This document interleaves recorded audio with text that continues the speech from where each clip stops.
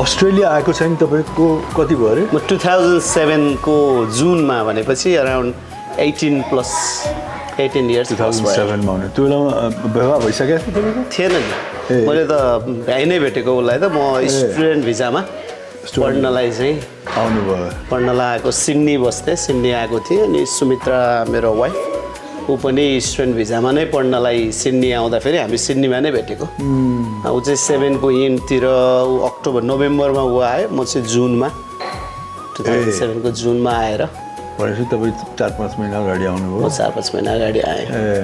अनि के पढ्नुभयो यहाँ? म नेपालबाट चाहिँ यहाँ आउँदाखेरि चाहिँ अकाउन्टिङ पढ्न भनेर आएको थिएँ अनि त्यसपछि म फेरि अकाउन्टिङको कोर्सलाई ड्रप गरेर चाहिँ हस्पिटालिटीहरू पढेँ मैले हस्पिटालिटी म्यानेजमेन्ट पढेर कुकेरी हुँदै बेकरीसम्म पढेर मैले पिआर चाहिँ as a chef as a hospitality associates भएर चाहिँ मैले पिआर निकालेको अस्ट्रेलियामा भनेपछि सेफ सम्बन्धी तपाईँको ट्रेनिङ? सेफ भन्दा रेस्टुरेन्ट सेफ भन्दा पनि मोर लाइक अ प्याटिसरी बेकरी केकहरूमा चाहिँ अनि त्यो लाइनमा काम गर्नुभयो? गरेँ नि मैले त्यसमा 2016-17 को बिगिनिङसम्म मैले त्यो लाइनमै काम गरेँ रोल छ कुकिज अनि मेरो ब्रेड एन्ड बटर नै त्यही थियो नि पहिला त स्टार्ट विथ अनि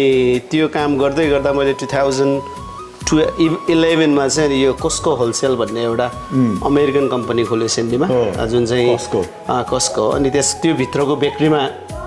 एज अ ओपनिङ टिम भएर काम गरेँ मैले सिडनीको स्टोरमा सिडनी लिडकमको स्टोरमा कस्कोकै स्टोरभित्र चाहिँ उनीहरूको बेकरी डिपार्टमेन्टमा चाहिँ काम गरेँ अनि त्यहाँबाट चाहिँ फेरि म क्यानबेरा मुभ भएपछि पनि